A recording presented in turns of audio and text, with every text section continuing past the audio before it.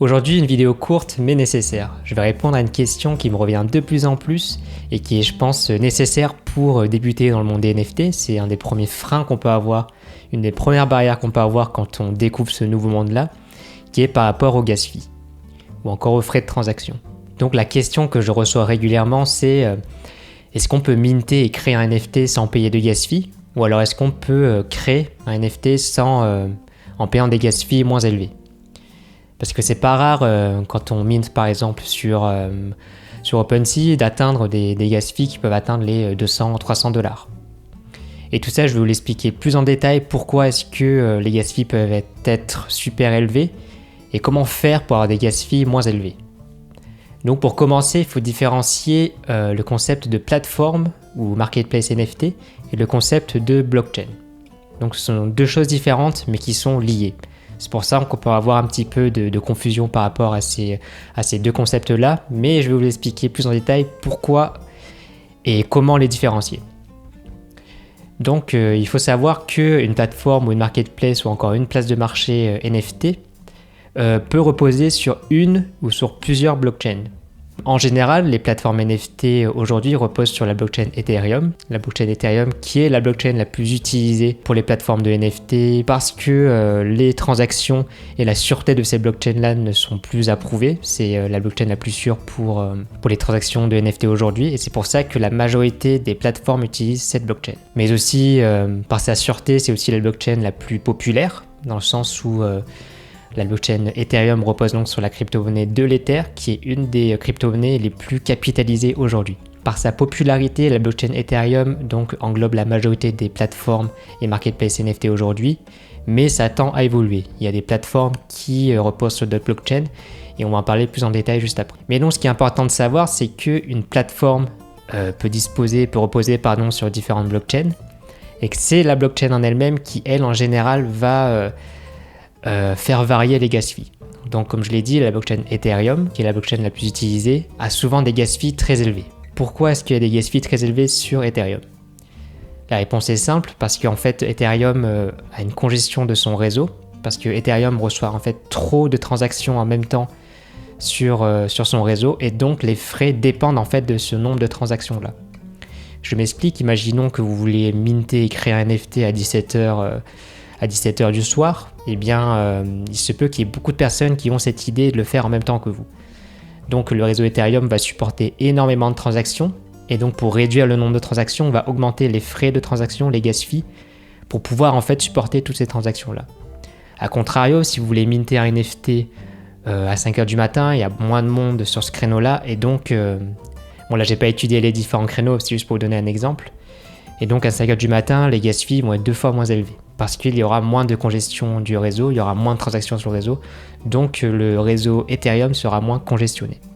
Et ça, que vous utilisiez Rarible, OpenSea ou SuperRare, les frais de transaction vont être les mêmes parce que ces plateformes-là, ces marketplaces reposent sur la blockchain Ethereum.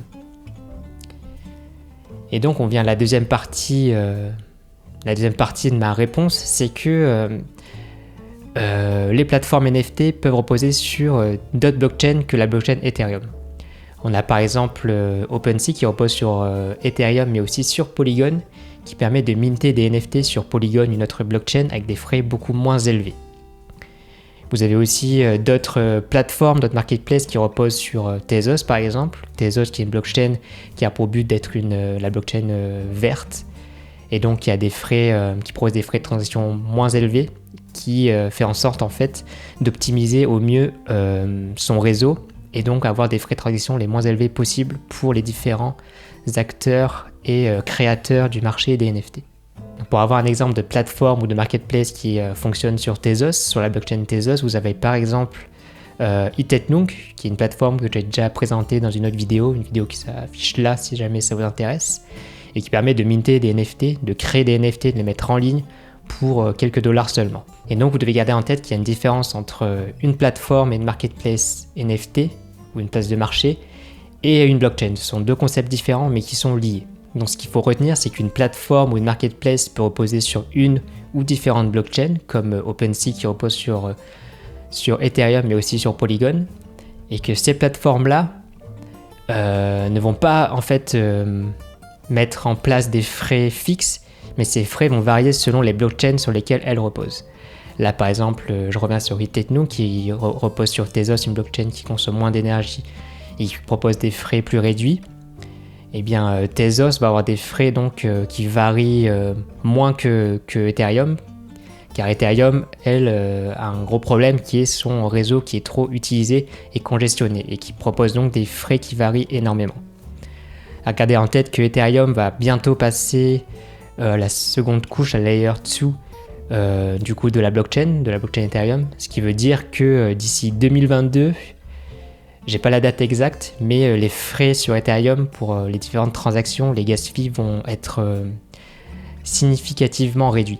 Donc à garder sous l'œil, donc à garder dans le viseur pour voir comment les plateformes utilisent et utiliseront la blockchain Ethereum lorsque la seconde layer, la seconde couche sera sortie. En tout cas, ce que je vous conseille de faire, c'est de garder aussi un œil sur les différentes plateformes et marketplaces qui existent aujourd'hui, les différentes sorties et les différentes nouveautés et sorties de plateformes NFT et de marketplaces NFT pour voir s'il n'y en a pas une qui correspond mieux à votre type de création ou à votre profil. Et sachant que le marché des NFT est encore jeune et nouveau, je vous conseille de ne pas vous focaliser sur les plateformes qui marchent aujourd'hui, mais plutôt de vous intéresser aux nouvelles plateformes, tout en quand même restant sur les plateformes les plus connues bien sûr, mais à garder un œil sur les nouvelles plateformes pour voir s'il n'y en a pas une qui correspond mieux au type d'art que vous faites et au profil que vous avez. En plus de ça, vous aurez plus de chances de vous démarquer sur une plateforme avec peu de concurrence et à vous faire une place dès la sortie de certaines ou de telle plateforme.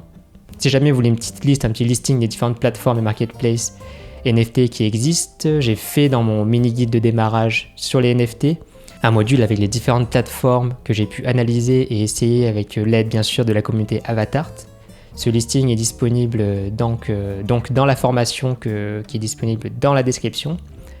Du coup, c'est un mini guide de démarrage avec 4 modules différents, dont un spécialisé dédié pour les différentes marketplaces et places de marché NFT qu'on a pu essayer.